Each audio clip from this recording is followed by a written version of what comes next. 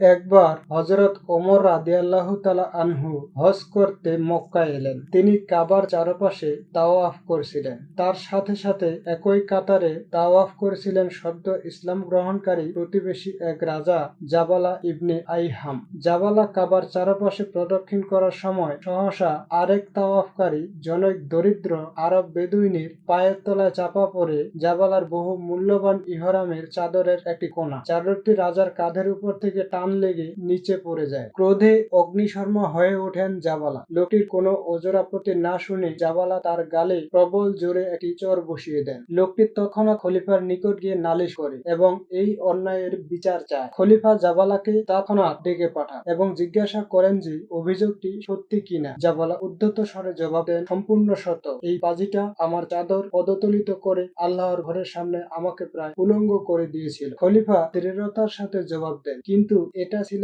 একটা দুর্ঘটনা। জাবালা স্পর্ধিত কণ্ঠে বললেন, আমি তার পরোয়া করি না। কাবা শরীফের সামনের খাতিরে ও কাবা চত্বরে রক্তপাত নিষিদ্ধ থাকার কারণে আমি যথেষ্ট ক্রোধ সংবরণ করেছি। তা না হলে ওকে আমি চপেটাঘাত করতাম, তা না হলে হত্যাই করতাম। জাবালা হযরত ওমরের একজন শক্তিশালী মিত্র ও ব্যক্তিগত বন্ধু ছিলেন। খলিফা তাই একটু থামলেন এবং কিছু চিন্তা ভাবনা করলেন। অতঃপর শান্ত অথচ দৃঢ় কণ্ঠে বললেন, জাবালা, তুমি নিজের অপরাধ স্বীকার করেছ।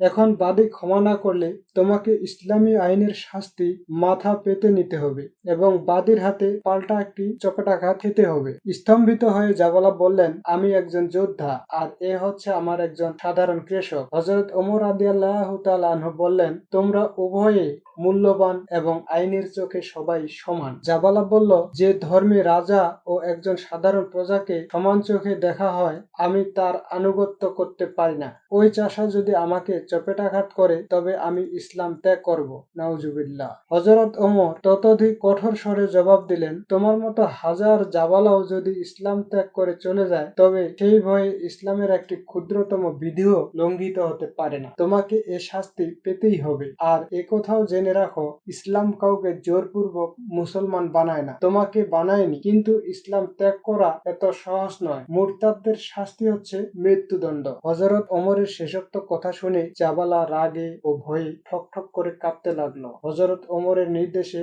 বাদী তৎক্ষণাৎ সজোরে জাবালার মুখে ঠাস করে একটি চর বসিয়ে দিয়ে প্রতিশোধ নিয়ে নিল। জাবালা ক্রোধে চোখ লাল করে বাদীর দিকে একবার তাকালো, তারপর রাগে গড়গড় করতে করতে কাবা চটতে করে নীরবে চলে গেল। জানা যায় এরপর জাবালা ইবনে আইহাম ইসলাম ত্যাগ করে প্রাণের ভয়ে সোজা রোম সম্রাটের কাছে গিয়ে আশ্রয় নেয় এবং সেখানেই জীবনের অবশিষ্ট দিনগুলো কাটায়।